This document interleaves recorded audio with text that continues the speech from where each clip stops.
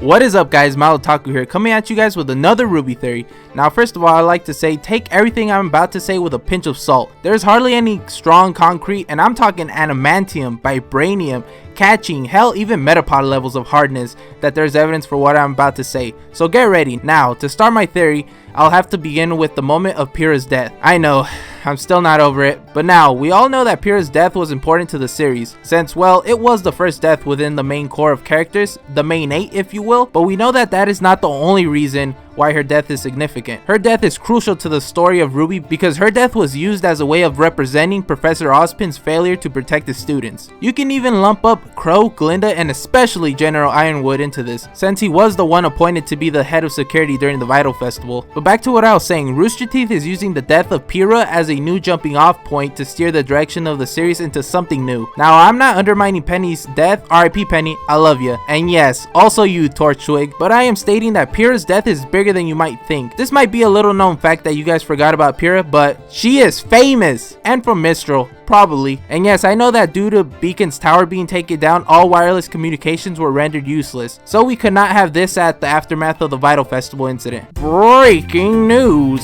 What is up, Dromler? I mean Remnant Nation. I am your host, Lisa Lavender, and let's get right into the news. Our first story is 4-time Mistral regional champ Pyrrha Nikos was killed during the Vital Festival incident. Now, we have some shocking footage of the champ in her final moments. Be warned, what you are about to see may be too graphic for some viewers. Viewer discretion is advised. Roll the clip.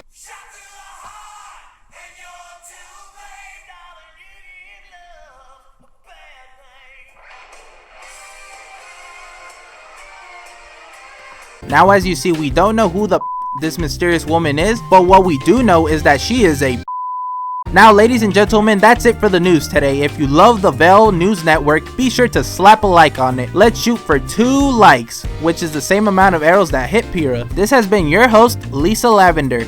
Bye-bye! Now, why would that be important, you may ask? Well, remember in the finale of Volume 3, when RWBY woke up, Crow told RWBY that the trail of the ones responsible leads to Haven, which is a huntsman academy that is in the kingdom of, say it with me now, Mistral. Now, if this is just a coincidence, I'll be madly disappointed with Rooster Teeth for missing this big opportunity to bring in Pyrrha's family into the story. For example, her parents, which are unnamed at this point, but we do have some info to go off of, which was provided to us back in Volume 2, Chapter 7, in Dance Dance Infiltration, when Pyrrha was speaking to John in the balcony and John had that big misunderstanding with Pyrrha about her having a date. Then she states that because she was blessed with incredible talents and opportunities, she was constantly surrounded by love and praise, which goes to show us that Pyrrha's family really cares about her and her well-being. So they are definitely in for a shock to hear that their precious daughter was killed. And to make matters even worse, they don't even have a body to send to the family. Heck, even Beacon faculty wouldn't be able to properly explain what happened, since RWBY was technically the only witness to Pyrrha's death. So it would be very fitting for RWBY alongside former Team Juniper members to go pay their respects to Pyrrha's family, and maybe even return to them one of the only mementos of Pyrrha that was found of her, like her shield, which John clearly has now, and possibly her headpiece. So that's pretty much what I think will be happening on RWBY side of things. Now for Weiss. She's definitely going to be dealing with family issues this volume, but I have to say something that's been bugging me for a while now, which was trying to figure out why Weiss's dad took Weiss back to Atlas.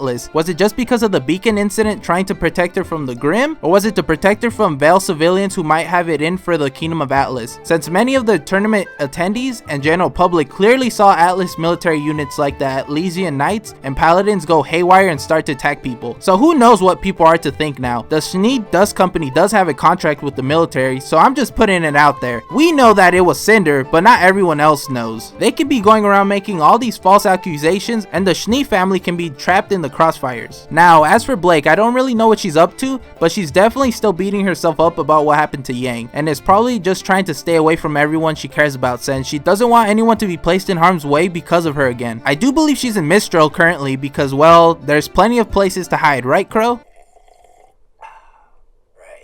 Now, finally Yang, she's still in Patch. Alright, I have to say this. Where the is Ironwood with the robotic arm, man? How the does she still not have the robotic arm? It's been 6 to 8 months since the Beacon incident went down, man. How has he not gotten in contact with Yang, man? That robotic arm better be an Arsenal grade robotic arm, man. And we know for sure that Yang is going to get a mechanical arm. That is certain.